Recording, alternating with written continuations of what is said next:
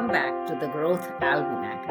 I'm Ruby, passionate about growth, and here on this podcast, we talk about taking small steps with big ideas. Hi everyone, this is Shrestha, a curious mind.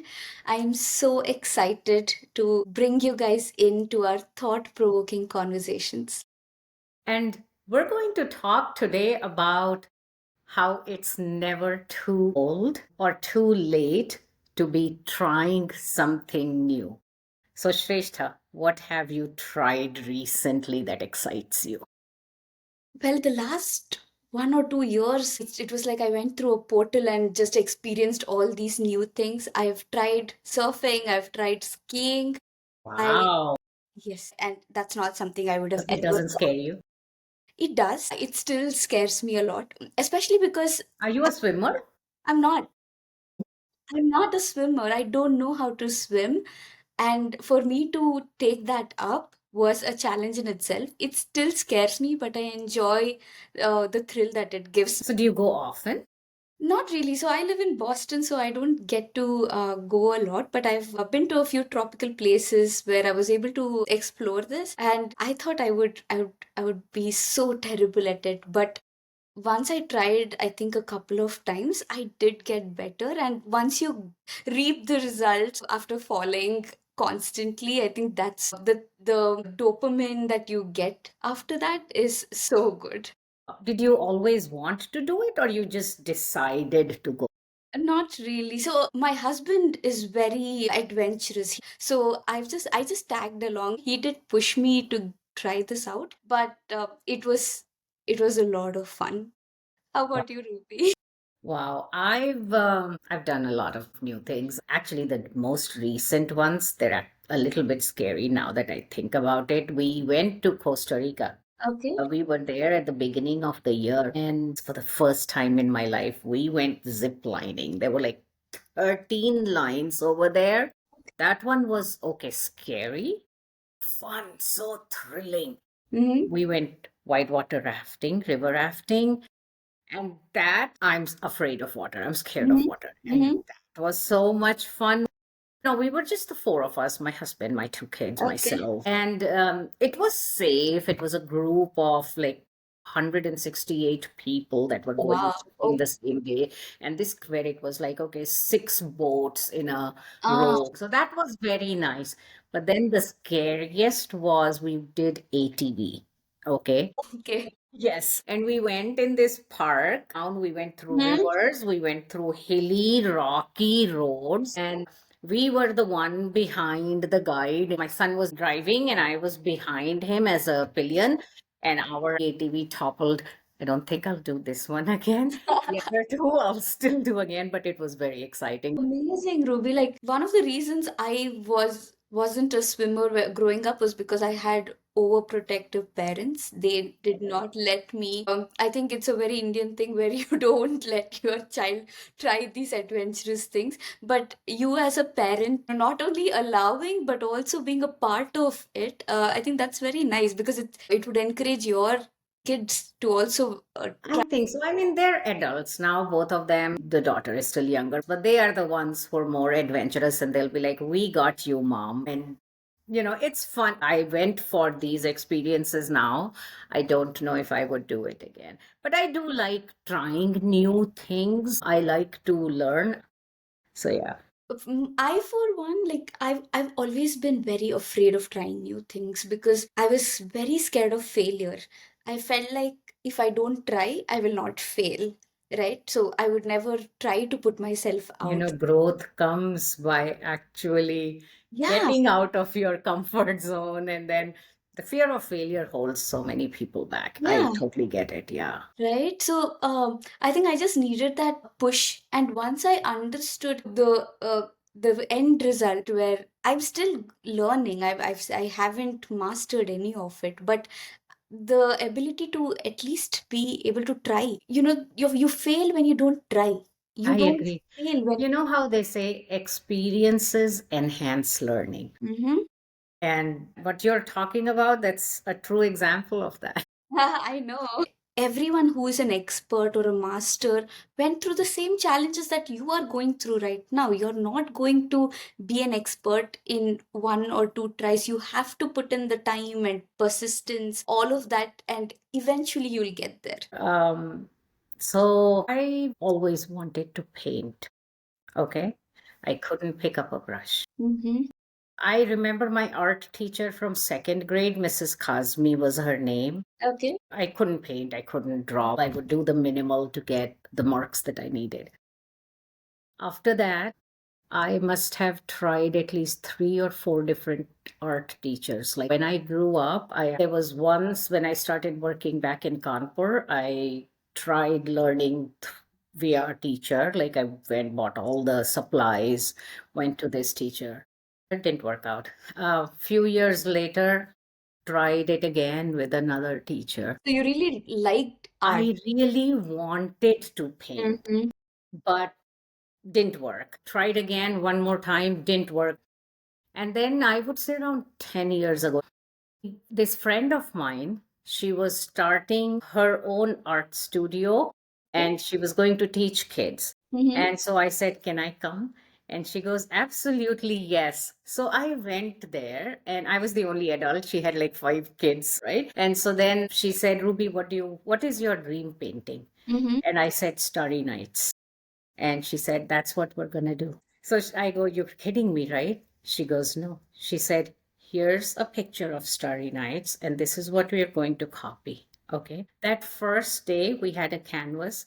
That first day, after 40 minutes, I was putting so much pressure on myself that I had goosebumps. And she said, stop it. We'll do it next week. Some more. So it took me 4 sessions to get my first Starry Nights. But and I kept going to her for almost 2 years every Saturday for lessons.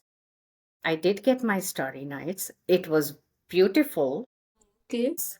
There was a little bit of my engineering in it. All my rays were pretty much very similar.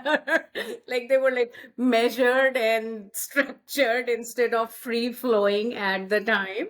But I loved it. It was beautiful. I did display it in my house, right? But here's a couple things that she said which made me really grow. One, she said, what's the worst that would happen? You'll throw a canvas, you'll waste a canvas, you'll spoil a canvas, you'll put a little paint on it, we'll start all over again. And I'm like, yes, you're right. I'm not worried about that. Then she said, it's how you look at your painting. Okay, fine. You're saying it doesn't come naturally to you. There's so many paintings out there. Take a look at what you like and just try to copy it. Right. Okay. And when she said that, I'm like, okay. And then I said, but it doesn't look like that one. She said, but do you like it? What yours is, do you like it? And I go, yes, it's pretty. And she goes, that's it. That's all that matters. You see this one behind me? That's Yes, another one of mine. Ruby, it is so beautiful. Yeah, thank you. Thank you. I will say this, what this one teaches me is passion does not have an expiry time. Right. I was going to ask you. So, I think for a lot of us, one of the barriers that we put on ourselves is age, right? We think we can only learn things as children, and that's talent. And then beyond a certain age, you can't grow. So, did you ever feel that, or even when you went to the your painting class, you said you were the only adult in between all the children. So, how did you feel there? It never bothered me. But it's not just because she was a friend. There was another place where I took my daughter for art lessons and I asked them and they said we don't mix adults and children, so I couldn't go there. Okay. I've never been hesitant about learning new things. Mhm. If I wanted something, I would keep dreaming about it. Keep dreaming. I would try it myself. I would Mhm. go ask people, do something. There are some things I'm very passionate about and I really want to learn. So I just go up. I think there's no age to learning. No, I absolutely agree. Like, I one of my best friends, she was always so passionate about forests and animals and hikes, but she never got an opportunity to go out. But she just took that upon herself, found a group, went to Himachal, tried out all these different treks, and it was like 2 weeks, 3 weeks sometimes. And I never had that courage to do something so big. But, people like that inspire me so much, because I feel like she started out of nowhere. When she trained for it, there was so much effort that was put into that. But the Hey, result now, right? Like, I see that happiness in her. I think we should go after what we are passionate about. In fact, there are so many studies that actually tell you that your brain keeps growing. The more you try, the variety that you try, your intelligence gets better. In fact, for me, for example, only after I learned painting is when I understood the beauty of makeup. The Hmm. number of layers you have to put on just for your eye Right. shadow. The connection came to me Right. after I started painting. There's so much learning in all of this. And I think most of these experiences always have some life lessons as well, because when you're trying out something, like for instance, when I went skiing last year, the amount of time I fell, and the first time I went, I couldn't get up. I struggled.